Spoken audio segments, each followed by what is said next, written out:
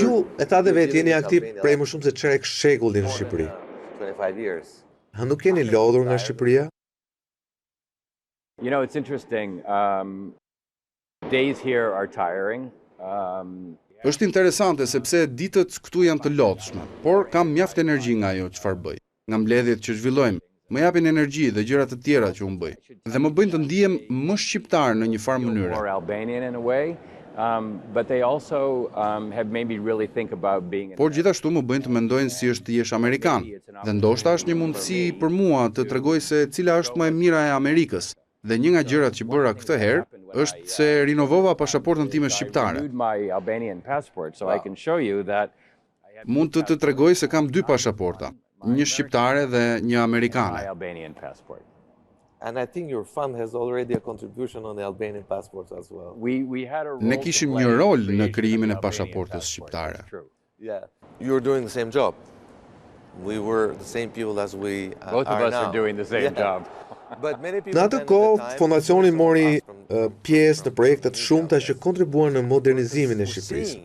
Megjithatë, ju konsideroheshet shpesh si një partner i hershëm i qeverisë gjatë asaj periudhe. Sot disa mund pohojnë sërish se ju jeni institucioni afërt me qeverinë Rama. Ndërsa unë personalisht besoj se ju jeni një partner i vlerëshëm për Shqipërinë dhe për qeveritë shqiptare. Por, duke thënë këtë, a keni hasur dhe ju në këtë klim toksike që jo rrallë krijon Tirana politike?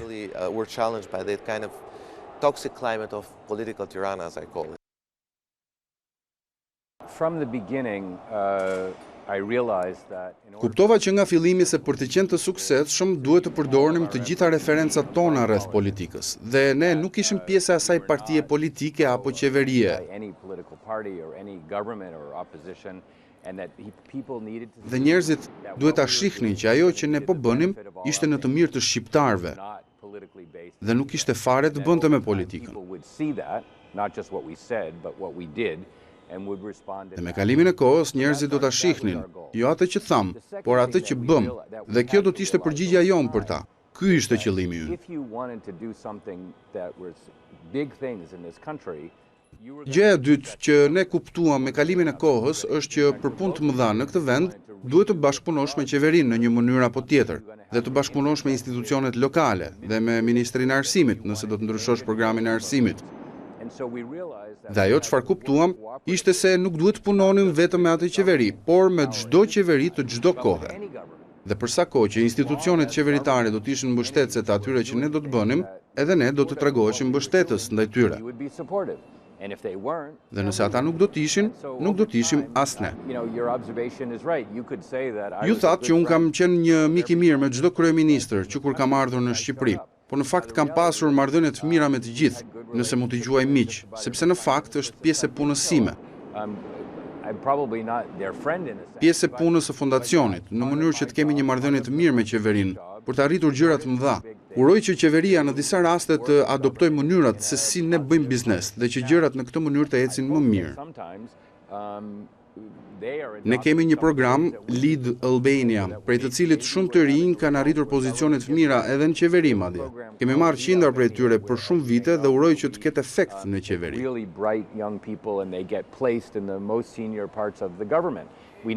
Ne nuk jemi të rreshtuar me ndonjë qeveri specifike, por është detyra jonë të punojmë me qeverinë në mënyrë që të bëjmë gjëra të mëdha dhe po përpiqemi ta bëjmë sa më mirë. But is it our job to work with government in a constructive way to do big things? Yeah, it is our job to do that, and we try to do it as much as we can. Now, is it... A jam I zhgënjur që disa njerëz na keq kuptojnë dhe na përfshin në çështje politike? Pull us into a political process? Yeah, it Po, disappoints me. më zgënjen. It disappoints me because first, it's not true. Sepse e para nuk është e vërtet. E dyta nuk është e mirë për njerëzit në Shqipëri. E treta nuk është diçka e mirë as për marrëdhëniet me fondacionin dhe e katërta nuk është e mirë për marrëdhëniet midis Shqipërisë dhe Shteteve të Bashkuara të Amerikës. Njerëzit po I bëjnë keq vendit të tyre duke menduar kështu. Dhe a më zgënjen kjo? Po, sigurisht. A ndryshojmë mënyrën se si ne I bëjmë gjërat? Jo, ne na duhet të sigurohemi që të vazhdojmë në rrugën dhe drejtimin ku jemi. Do të bëjmë gjën e duhur, sepse kjo nuk do të ndryshojë mënyrën se si ne I bëjmë gjërat. të vazhdojmë të punojmë në mënyrë konstruktive me ju. Dhe ju siguroj se cila do të rezultojë të jetë qeveria e ardhshme në Shqipëri, ne do të vazhdojmë të punojmë në mënyrë konstruktive me ta. Një nga gjërat që më thanë kur vizitova për herë të parë Shtetet e Bashkuara në një trajnim në Boston në vitin 1994, ata më thanë, a dini çfarë në kupton Bostoni për Shtetet e Bashkuara dhe Shqipërinë? Dhe unë tash, unë e di se këtu ka nisur pavarësia e SBA-s. Dhe mu përgjigjen po. Por gjithashtu, ka filluar dhe pavarësia e vërtet për Shqipërinë, sepse falë shqiptarëve që jetuan në Boston,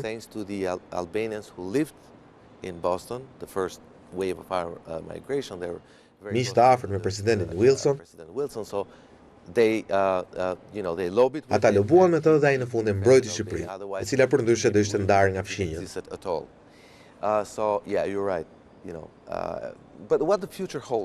Çfarë rezervon e ardhmja e fondit shqiptar amerikan dhe çfarë projektesh keni për të ardhmen?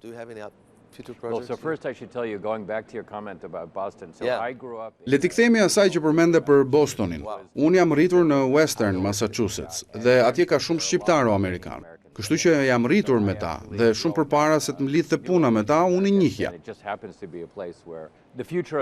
Për sa i përket të ardhmes së fondacionit, ne kemi shumë programe në edukim, leadership, trashëgimin kulturore, dhe këto kanë përparuar shumë. Ne kemi 2 sfida kryesore për vitet e ardhshme. E para, që programet tona të zgjerohen në rang kombëtar. Duam që programi Tumo të mund të mësoj 4.000 fëmijë në javë në Tiranë.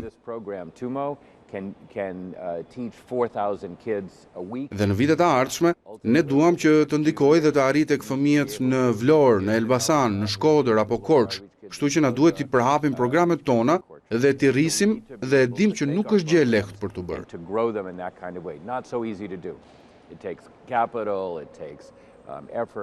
Do investim, menaxhim, përkushtim dhe gjëra të këtij lloji. Një nga qëllimet tona kryesore strategjike është që këto programe t'i ofrojmë në një vend, por të jenë të prekshme për të gjithë. Për shembull, nëse do të shohim Tumon,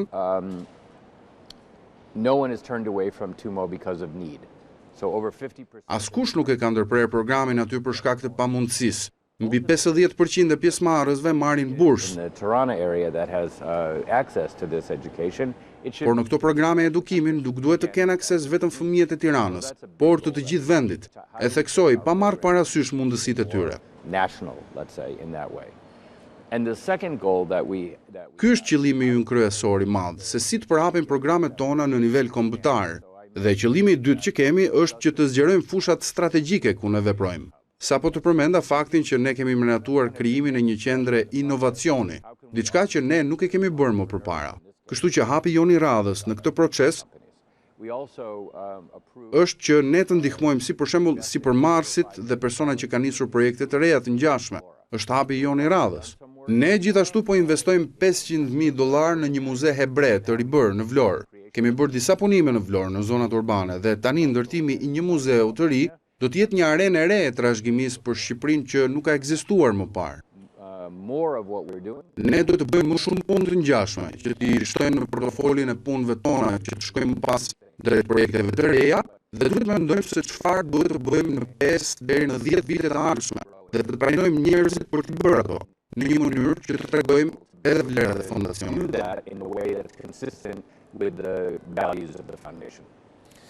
Zoti Granoff, faleminderit për këtë intervistë që zhvilluam bashkë dhe faleminderit për gjithçka që ju keni bërë për Shqipërinë. Faleminderit shumë. Po vjen mirë që u pam sërish.